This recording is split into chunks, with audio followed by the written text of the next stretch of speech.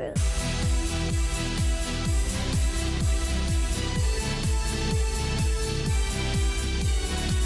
I am so excited for this video. Today I'm going to be trying to make some Marvel superhero cinematic universe projects. They're all super easy and I'm very excited to show you. I just saw Infinity War last weekend and I am so emotional. I want to talk about it so bad, but I know I don't want to put any spoilers in the video. I'm so excited for part 2 though. So in the meantime, while you're waiting for Avengers 4, you can create some cool room decor to make you less sad. And maybe remind you that some of your favorite characters might come back. Yeah, comment down below either A, if you were a superhero, what would your superpower be, or B, who is your favorite character in Marvel or even DC, I don't care. Mine personally is Spider-Man. I have always loved Spider-Man. He is my favorite. He's funny and quirky, and now that Tom Holland is playing him, I love him even more. So yeah, Spidey is my fave. Okay, if you want to subscribe and be part of YouTube's mightiest heroes, then you can do so down below. Anyways, let's just get right into the video.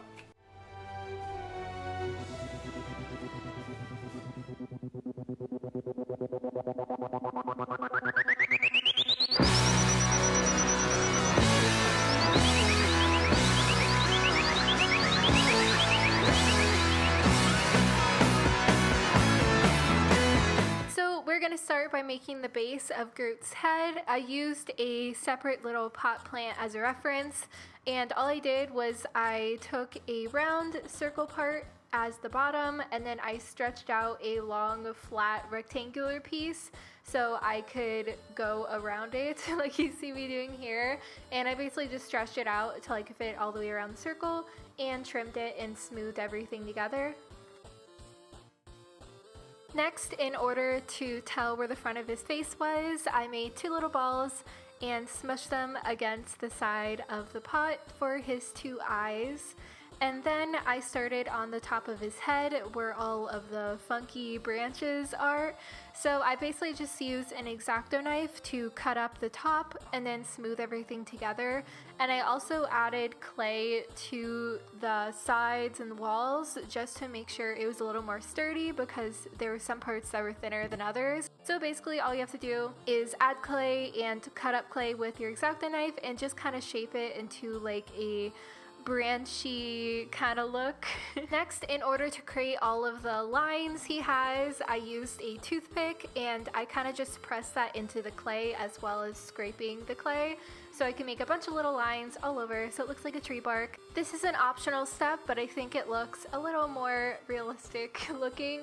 So I took some chalk pastels in like orange, brown, tan, yellow, red, and I basically just used an X-OXO knife to scrape them off and used a paintbrush to brush them on.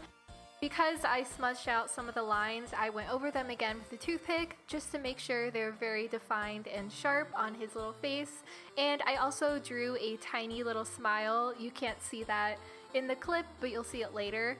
And before I baked it, I also decided to add a bit of tin foil to the center just so my little Groot could keep his shape and he wouldn't collapse. So follow your instructions on your clay and bake it for however long it says. And then once I baked it, I took it out and I started adding details with acrylic paint. So I painted his 2 little eyes and mouth black. And then I also later added a little white dot to the corner of his eyes to give them a little more life and so they can look super cute. This is an optional step, but in order to make my Groot shiny, I added a bit of glaze. The one I'm using is called triple thick glaze. It's my favorite for clay crafts. So basically I just painted the inside with a paintbrush and then I painted the outside later. And at the tops of his branches, I added a little bit of green pigment from the chalk pastels. so you can kind of see a little bit of green tinge to him. I ended up going over it later in green acrylic paint because I didn't quite like how it looked, but then after I painted it, I just went over the whole thing in gloss again. The last step is to add your plant. You can also add things in there like pencils, whatever, but I think it's super cute. I chose a fake plant because I can't take care of real plants, but if you have a green thumb, I think it'll be really cute to grow some cool flowers or plants in him, and I love him so much. He's so cute.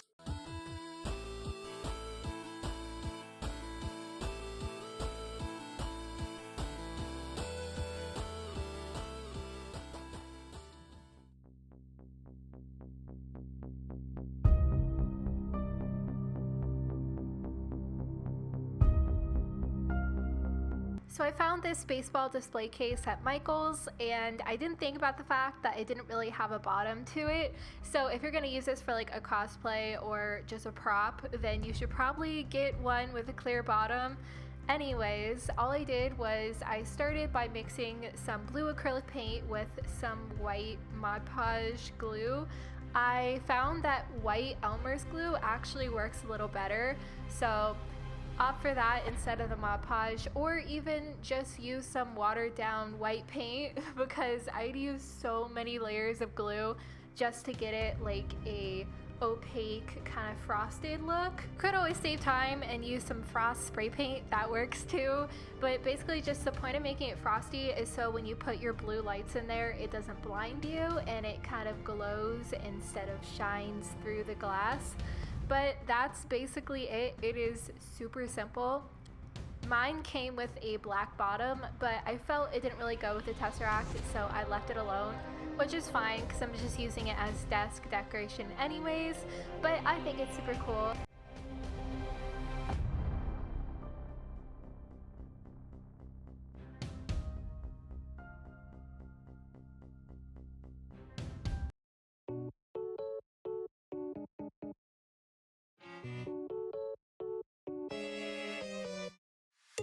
So this is my first time trying to make a pillow like this, but I tried my best. So basically I just took my red t-shirt for the base of my pillow, so I pinned it together and just traced a circle out of a plate and carefully cut it out. Because I am not the best at sewing, I decided to just go with the hot glue method, and this is pretty important step if you're using hot glue because you have to get the circle actually round.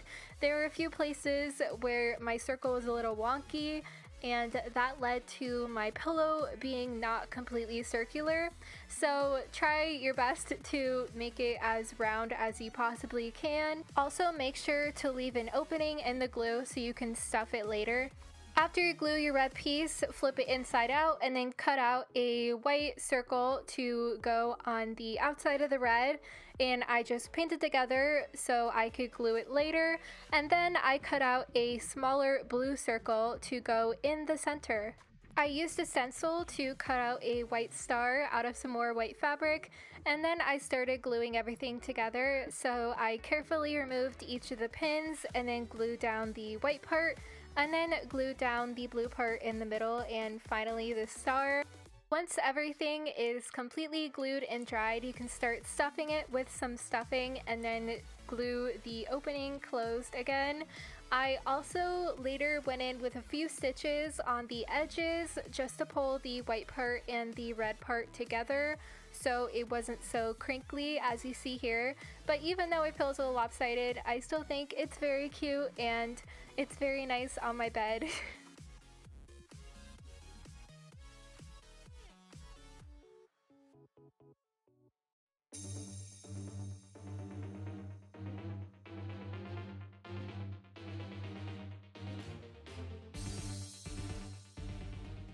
So I'm basing my order of gems based on the comic version from the Infinity Gauntlet comic, not the movie version. So I basically just took my first 5 gems, which are going to be on my fingers, and I super glued them to my ring blanks. And while those were drying, I decided to make the bracelet part, and I bought these pre-made necklace chains at the craft store, so they already came with a little clasp and everything, so I just shortened it to make it into a bracelet. The next step is to super glue some jump rings on the back of my rings.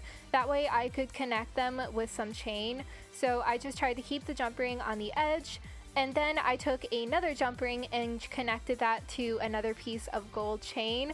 I hope I'm explaining this well. Hopefully you can see what I'm doing. So I made sure to do that to all 5 of my rings, and then I also made sure to super glue 2 jump rings on the back of my middle gem.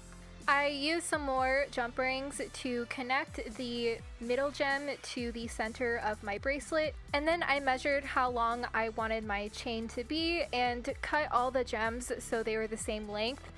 I wouldn't suggest it being too long or else it'll probably slide off. So then I took a final jump ring and I just connected all of my gem chains in order from thumb to pinky so they wouldn't get tangled. And that's basically it. You just have to put on the bracelet part and then slide on each of the rings, and you have an infinity gauntlet, perfect for ruling the universe and killing half the population.